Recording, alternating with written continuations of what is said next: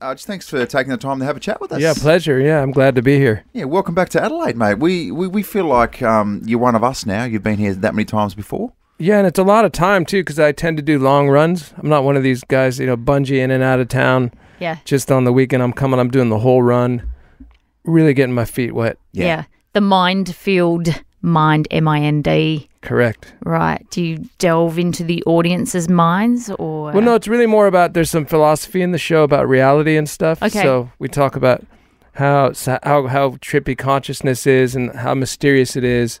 And we delve into a lot of the things science hasn't figured out yet, reminding the audience that there's still a lot of mystery in the world. Yeah. But then, of course, it's all interlaced with jokes. Yes, I like the press release and some of those questions. Why are we here?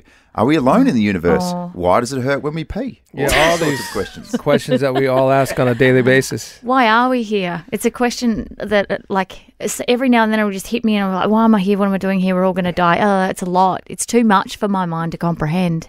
Well, I think a lot of people, and I know this is pretty serious for, for a comedian, but a lot of people look at life as like this singular event, and that's it. So everything counts so much. Every success or failure is so important. But when you start to have a view of this is just one small part of a much bigger scene, then you get, for me, it's helped me.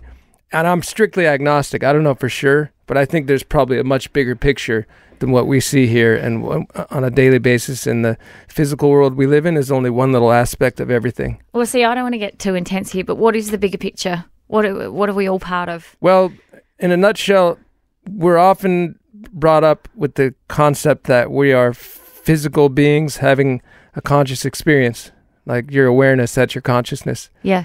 And that's what we're kind of taught in school, and that's what mainstream science tells us. But more and more now, science is turning towards the idea that potentially we are actually consciousness having a physical experience. Yeah. Wow. So, and that's also what's the ancient philosophies have been saying, Buddhism and Hinduism and stuff. But now science has been matching up with it more and more since they explore the quantum world.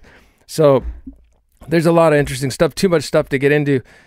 Actually, if anyone's really curious, they should look up a guy called Donald Hoffman on YouTube, and he talks all about it. He's brilliant, and he's my guy. But my show doesn't go too heavy into that stuff. Okay. Because I'm always aware that I'm a comedian, so it's always about getting laughs and stuff. Yeah. And I'm down there at the Gardens, and it's fun. But I got to admit, as a comedian, you always have this deep-rooted fear that at best you're just a glorified clown. Yeah.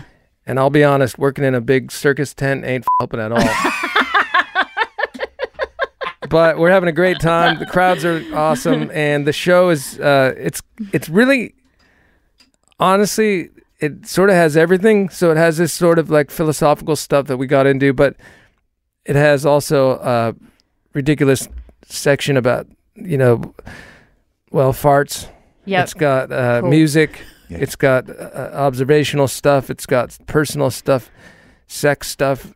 I packed a lot into an hour. I don't know how much he followed when you were talking about us having, conscious beings having a physical experience, but God, he perked up when you said there's sex in it and there's farts in it. Yes. Yeah, well, all about it. There's such a wide audience for that kind of stuff because it's all relatable stuff, Even people that don't like farts still have to deal with that.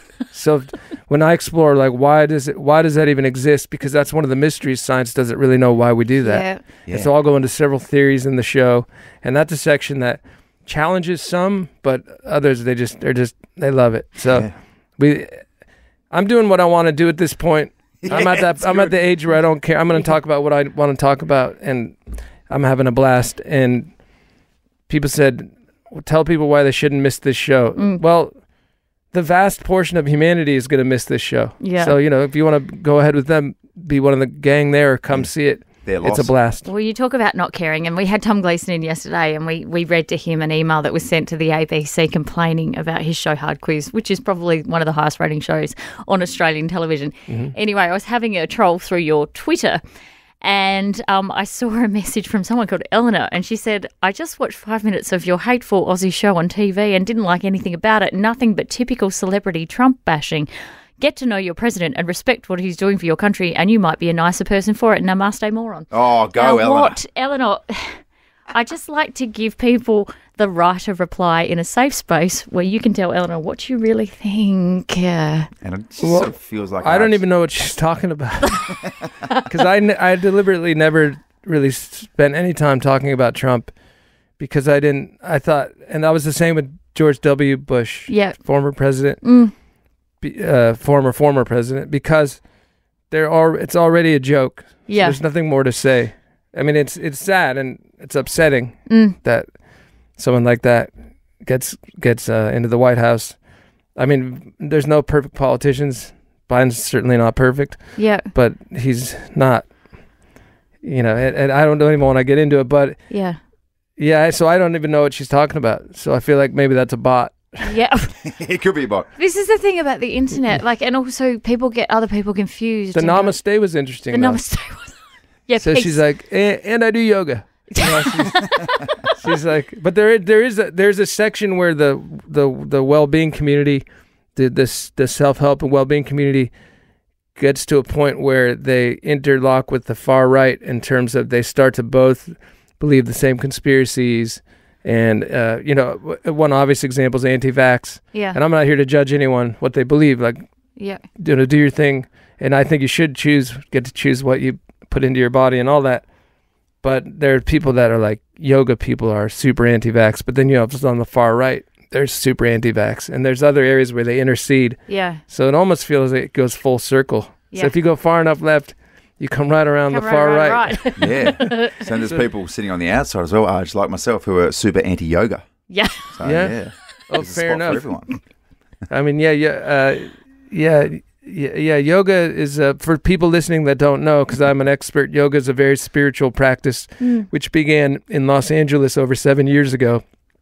And now it's kind of popular all over the world. Yeah. I'm really against it because it's bloody hard. Yeah. It hurts my body. I love hot I wish I could do it. I love hot yoga and I love hot Pilates. I love everything about it. Because do you know why? How hot is it in there? So hot. It's like 40 degrees. Have you heard about the new yoga where they put the temperature down below zero? No. You haven't heard about frozen yoga? No. Oh, okay. I've heard frozen yoga, but not frozen yoga. Have you done it? Nah. Listen, let's just cut that part out of the interview. You guys aren't on my level. You missed like 2 or 3 jokes. Oh, no, sorry. She looked at me like, it really started in L.A.? Yeah. I know you have a lot on your mind. I know. I'm really sorry. Mate, each and every year that you turn up, absolutely. All the shows sell out, as they should, and we love having you here. And thank you so much for coming in and having a chat with us. Well, my pleasure. Can I correct you on one thing? Yeah. They don't all sell out. If they did, I wouldn't be here. That's true.